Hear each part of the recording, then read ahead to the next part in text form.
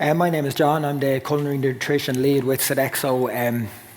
We're a quality of life service who are based all over the world, but for the purposes of this, we'll talk about our Irish business. Now, our Irish business, we provide contract catering is mostly what we're known for, but we also provide facilities management services, horticulture, cleaning, security services, all that sort of thing to corporate clients, schools, universities, and a raft of other businesses around Ireland. Religious orders is another one. For the purposes in catering, we provide catering services in 220 sites across the island of Ireland, around 1,900 catering staff, and we serve around about 100,000 meals daily. That would account for them figures account for about 60 to 70% of our business, which the rest of it is made up in facilities. So the reason why we decided to reformulate, it's basically because in my role as Culinary Nutrition Lead, I took a look at our main customer base, which is generally a sedentary worker, so an office worker, and the energy expenditure they use in their daily life, assuming that they're not training for a marathon or anything like that.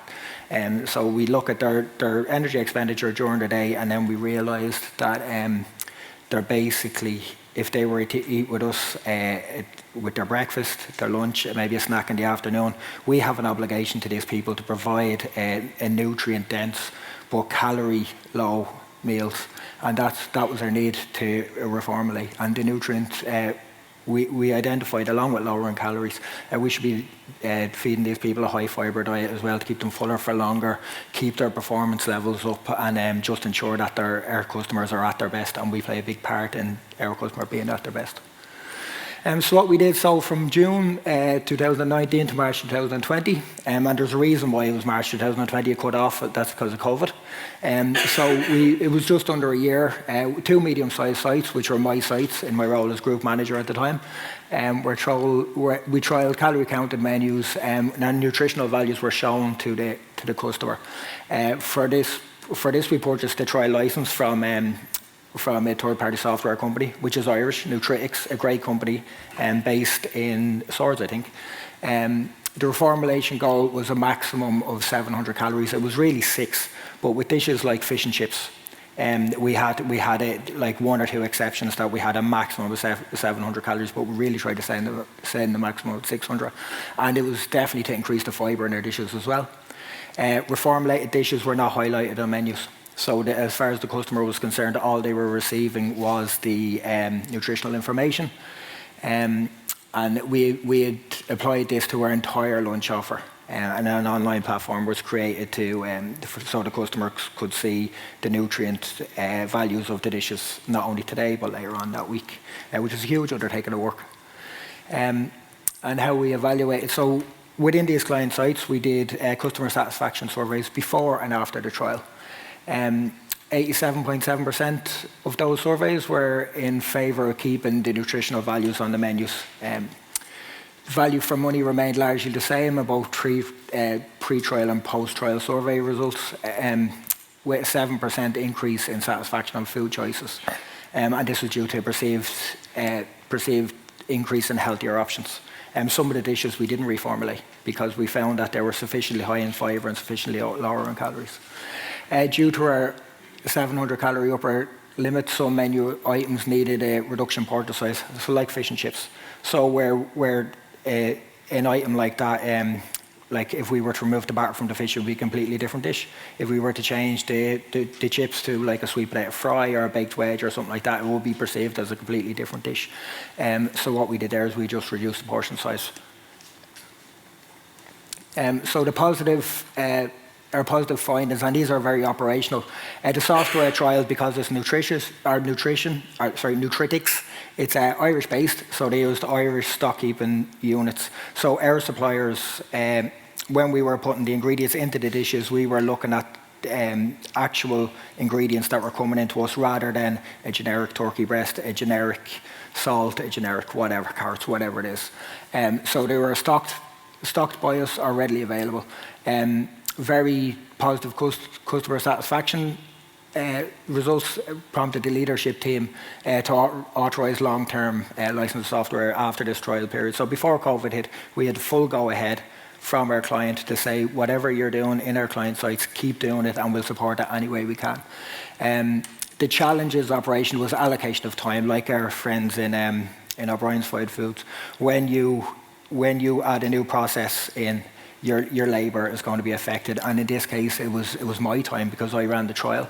I was the one with the expertise in nutritics. I was the one who brought it in, so that meant a good 6 months of putting everything, all of our standard operating procedures into a separate third-party software.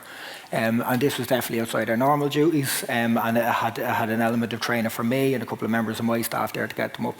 And then, as everybody in the food service business knows, ensuring chef food preparation in compliance with SOPs, it's that consistency. It's very easy to put a recipe into place. You give it over to 2 separate kitchens. One chef is going to take their take on it, another chef is going to take their take on it. And that's not to do with reformulation in general, that's a standard issue across the board. However, if you're after ironing out that issue beforehand and you go into reformulation, that issue comes up again. Our outcomes, the outcome of the trial was a continuation, so as our client adopted it. Reformulation of existing menu items to reduce calories reflected positively on our food offer and what we tried to do. In my opinion, we didn't shout about it too much at the time, but we're definitely, in my role, it's an area that we're going down now. The practice of displaying calories enabled us to reflect our commitment to healthy eating, and in a way that's very visible. After the trial debrief, a decision was made to adopt these sites by a bank of recipes, to adopt these sites and buy this bank of recipes. Sodexo have adopted these learnings, and we've made our own system, and we call that Drive. So in Sodexo in Ireland and the UK, Drive system has came in with the full capabilities of the nutritic software we were using. However, we spider this into our sales, our orders coming in, and our stock keeping units for the chefs and the chef managers doing stock takes. So what we recommend to industry, we recommend that when a food-based operator registered with the Food Safety World, when anyone registers as a food business, that an online software is made available to them in whatever basic guise that would be. The software will have to have associated training. But for our business, compared to our partners there who have recipe development and labs and are looking to put a product into export, we're looking to make products for consumption that day, or put in standardized recipes. So making an online resource available to food businesses in Ireland, that's giving them the first step to say what effect their current food offer has and how can they hit 20% reduction in calories, 10% reduction in salt, 10% reduction in saturated fats. That's our experience. Thanks very much.